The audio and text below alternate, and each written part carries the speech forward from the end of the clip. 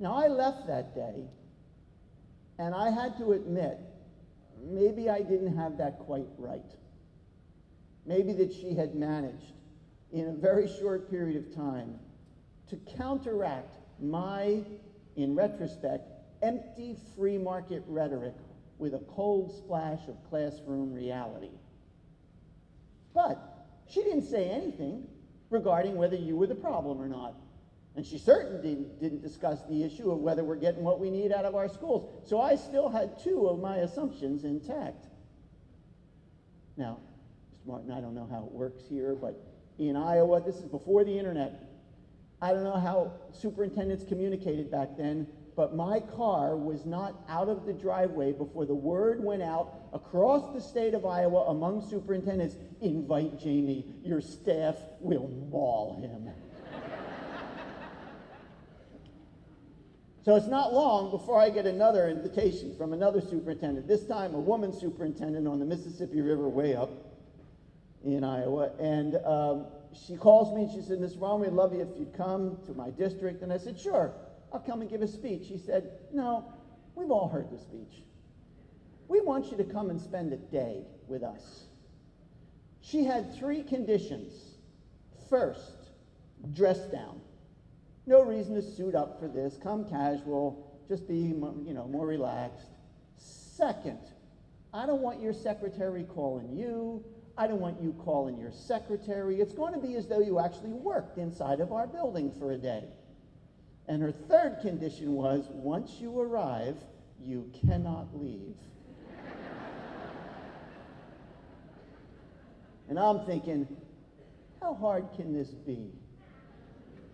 So I show up on the appointed day, and the first thing she makes me do after she makes me do bus duty at the elementary school, good morning, good morning, good morning.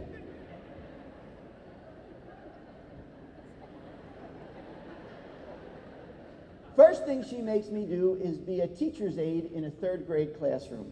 Now, what does that mean? It's very kind of you. Thank you very much. You just said it. Thanks so much.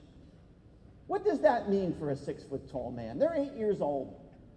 That means all morning long, I'm bending over, standing up, bending over, standing up, trying to convince the little spaced out boy at the window, come on over here, son. Why don't you join the group? 8-year-olds, all morning long. The lunch bell rings. Actually, I'm still feeling pretty good. So I turn to the teacher and I say, come on, I'll buy you lunch downtown.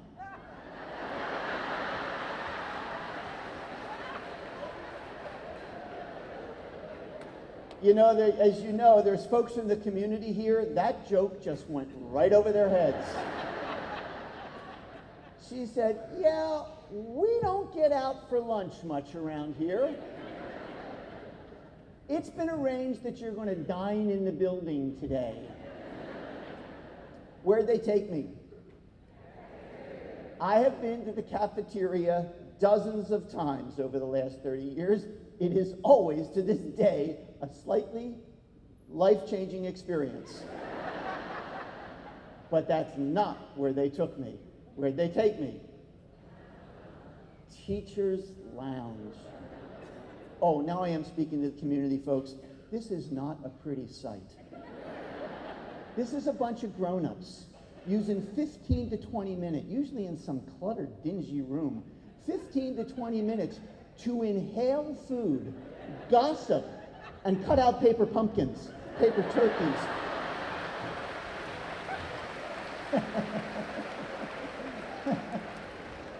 This is not fine dining. But the superintendent, she had me doing playground supervision, so I had to wolf down my food, and I go out there and supervise the playground. The last bell rings, she comes and gets me. Cruel woman that she was.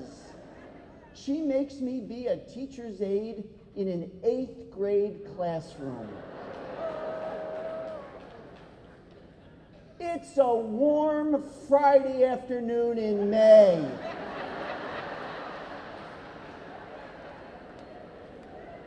Ladies and and gentlemen of Terrebonne Parish Schools, I will go to my grave with that smell in my nostrils.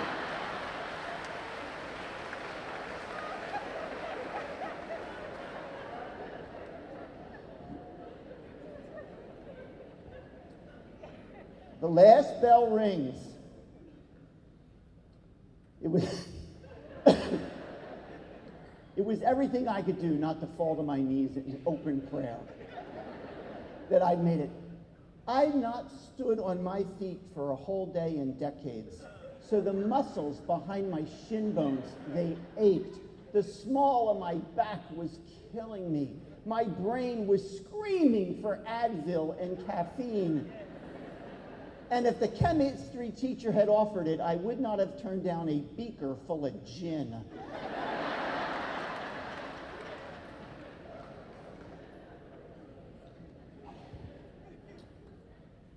We go down to her office to debrief. Think about this. My day ended right there. No supervision, no mentoring, no grading of papers. I got off easy. It's just then, and I am ruined. And I slump into the chair, and I look at her, and I ask what I believe was the seminal question at that moment. Is what I just experienced, is what I saw going all around me all day long, is that typical? And she said, for 90% of my staff, 90% of the time, do not let someone tell you that this job is easy. This is hard.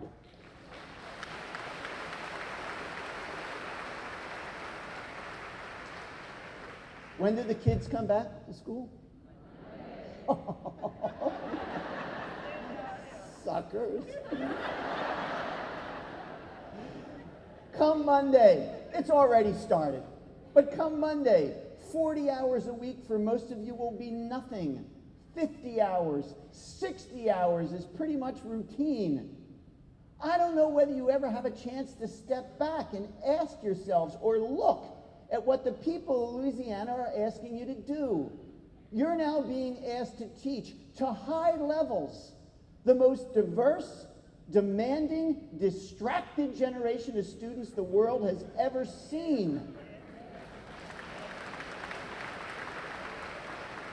Many of these children are victims of an aggressive popular culture that has fractured their attention span, weakened their physiology, and given them and their parents a dangerously overdeveloped sense of entitlement. This is unbelievably hard.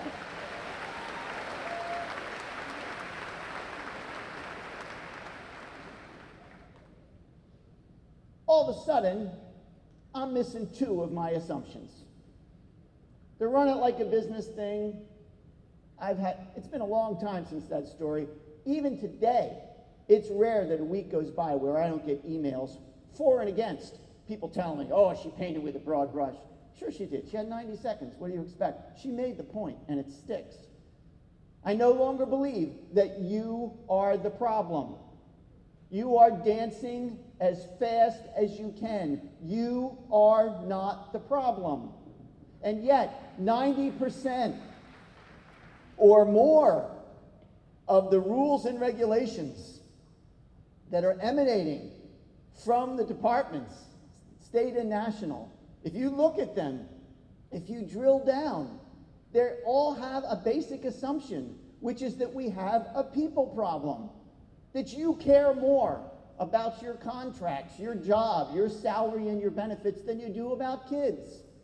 That is absolutely at the core of most of this. And their remedy for this is that we will get what we need if we can just hold you accountable.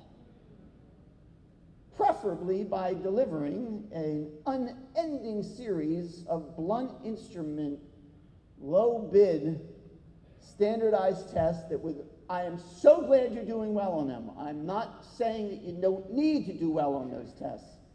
But there's a sizable portion of the people in this room who know they do not show what a teacher's quality is. They do not show.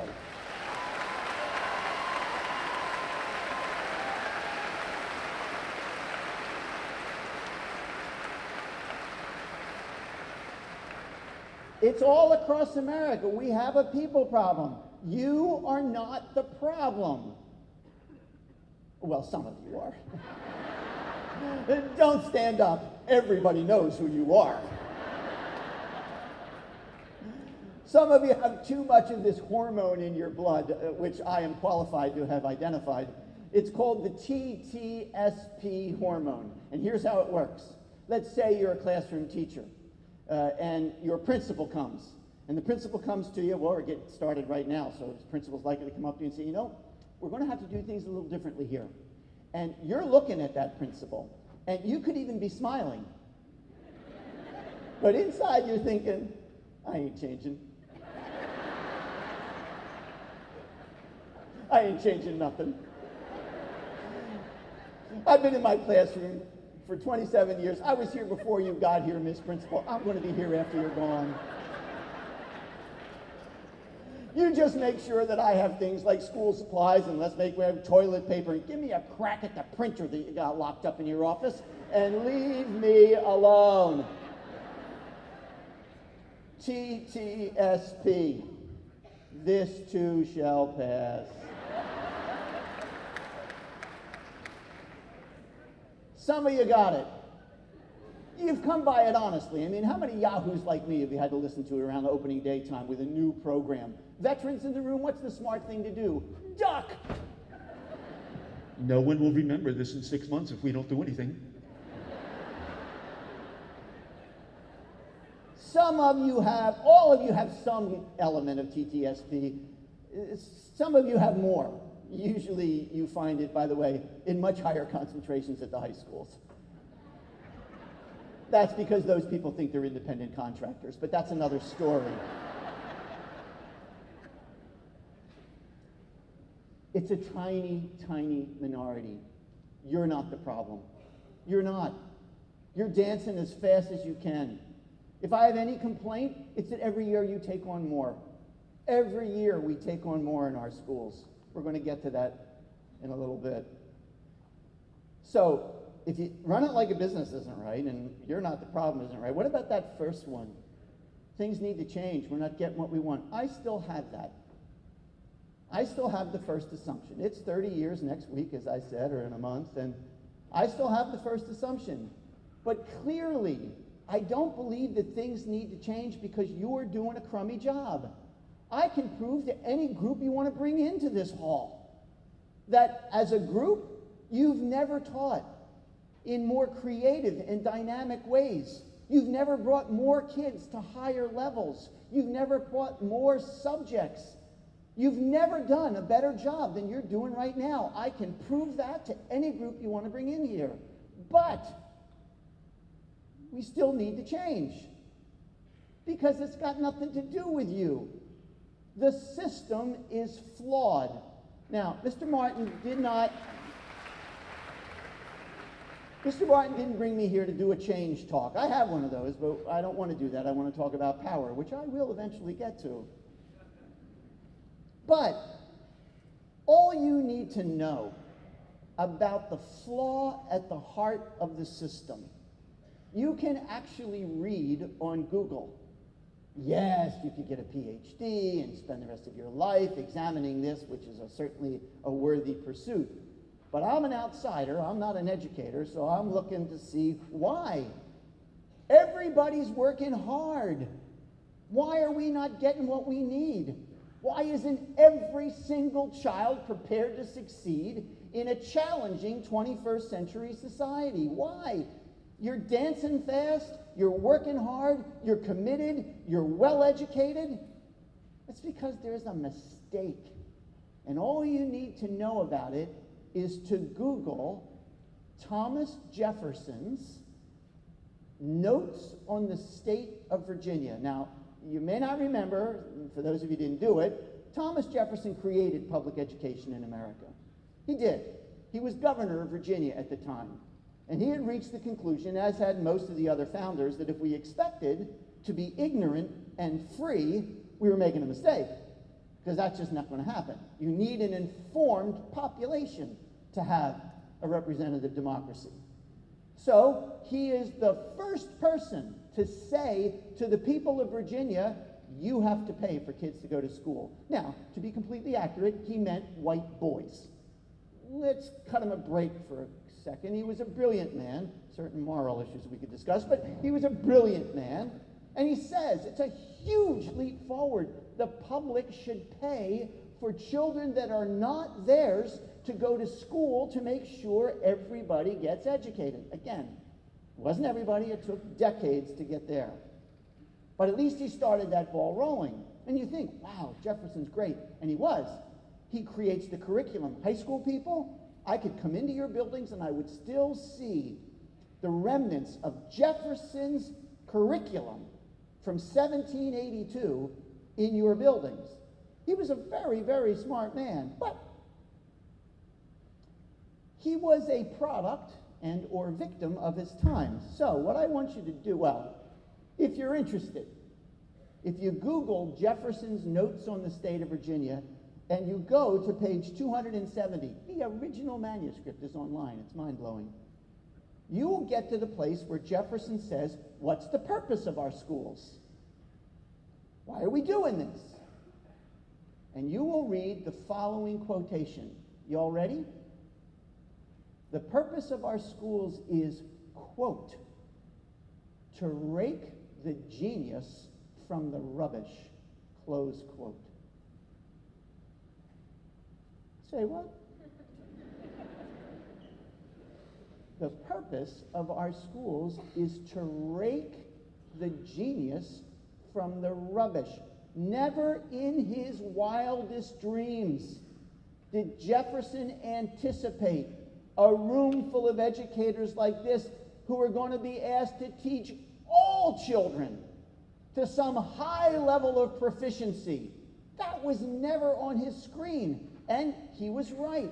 He needed a small handful of thinkers and a great mass of labor. That's what we needed. And so we created a school system to do that. And as hard as you're working, as dedicated as you are, that's exactly what you do today. And I do not need to live here, and I don't need a PhD. I only have to look at one thing. We hold time constant.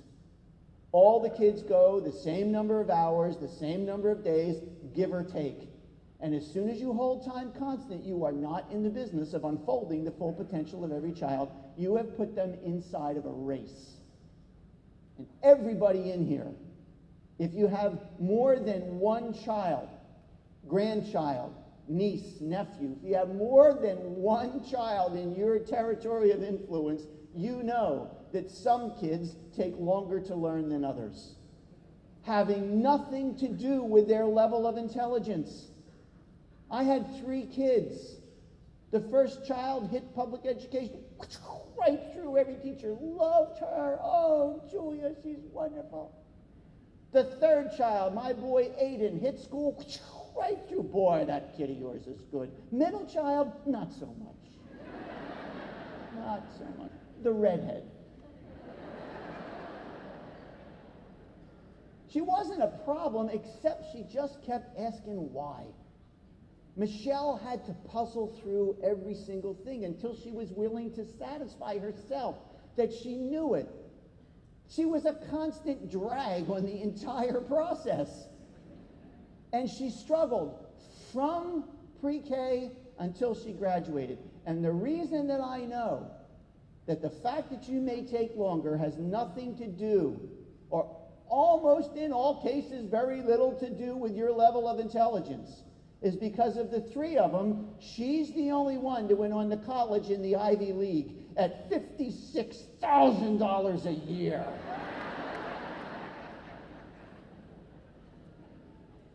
We have a race. We put them next Monday. They're all lining up at an imaginary starting line. And the principal's coming out, hopefully, with an imaginary starting pistol. And she's out there, and the bell goes off, and they're off. And they've got to keep up. They've got to keep up. Where's pre-K? Do you have pre-K in the where's pre-K? So, Monday, do you start Monday as well? Have you already started? When do you start? Say that again? Okay. They show up. 2 kids are going to walk in to one of these pre-K classrooms. One of them is Mary. Now, Mary comes, I got here yesterday afternoon, I drove around, had a nice meal with my wife. We drove around a little bit. Mary comes from one of these households in this parish where Mary's been read to every single night since she was born. Oh, come on. Mary's mother put speakers on her belly and pumped baby Einstein into the room. Mary's been told explicitly, you're going to college. Education's important. Mind your teacher. This is important. And Mary shows up. She walks in that class. She sits down in her bright primary colored square. The next person in the room, in comes Johnny. Johnny comes from a home in this parish where Johnny's never seen anybody read anything. Johnny may have been implicitly or explicitly told, education ain't important. Teacher's the enemy, look out. And Johnny comes down and he sits right next to Mary. And he looks at Mary and says, how you doing? In my hypothetical, Mary and Johnny have exactly the same IQ. Exactly the same intellectual weapon. But Mary's got all the ammunition. Now, it would be fine for you guys and for you guys if you only had Mary and Johnny, but you don't. And so, when you talk, Mary has what you guys call a huge prior knowledge base. So when you talk, Mary can tiptoe across all the things she already knows to get to where you want her to be. Johnny sits there surrounded by a chasm. He doesn't even understand all the words. Now, in Jefferson's day, we did not need Johnny. We didn't need him to be well educated. Oh, come on, what do you mean Jefferson's day? I graduated from high school in Philadelphia, PA in 1967. Yeah, I know I don't look good, thanks. Yeah, I shouldn't have used it up in the 60s. In that halcyon year of 1967, listen to this. The percentage of skilled and unskilled workers in America was, the percentage of skilled and semi-skilled workers in America was 77%. You didn't need a high school diploma. Most of the jobs did not require one. Most of my buddies didn't go to high school. They got out, they went into the factories in downtown Philly. Some of them went to the mines, which were up in the Poconos. You didn't need a college education. You didn't. That's in my lifetime. Today, that number, the number of jobs that are out there for children without a high school diploma is 11%. In my lifetime, it went from almost everybody not needing a good education, which directly impacts you, to almost everybody needing a better education than I got. Just like that. We're going to have to change this. We're going to have to rethink the way we group kids. Now we group them according to age or their date of manufacture. It used to kind of work. It doesn't. We're going to have to rethink that. We're going to have to rethink the curriculum. To a very large degree, it's out of sync with what kids really need to know and be able to do. We're going to have to rethink assessment. Now, I don't want to get off on a jag about this, but we are right now living in a national hysteria of standardized testing, and it's going to haunt us as a nation for generations if we continue down this path.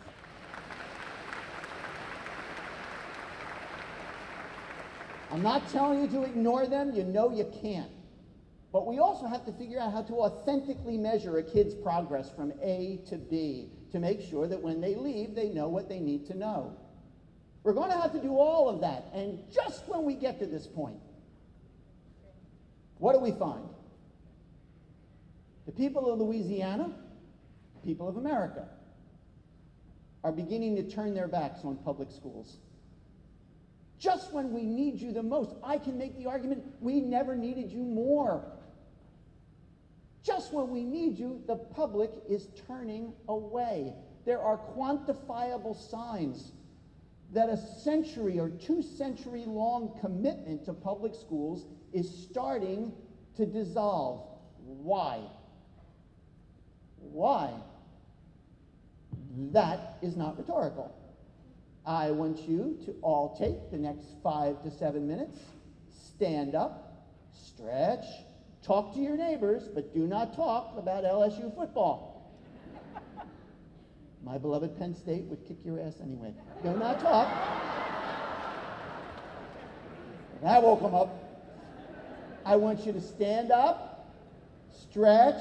We're going to take the next 5 to 7 minutes or so, but I want you to answer the question. Why is the public turning away from public schools?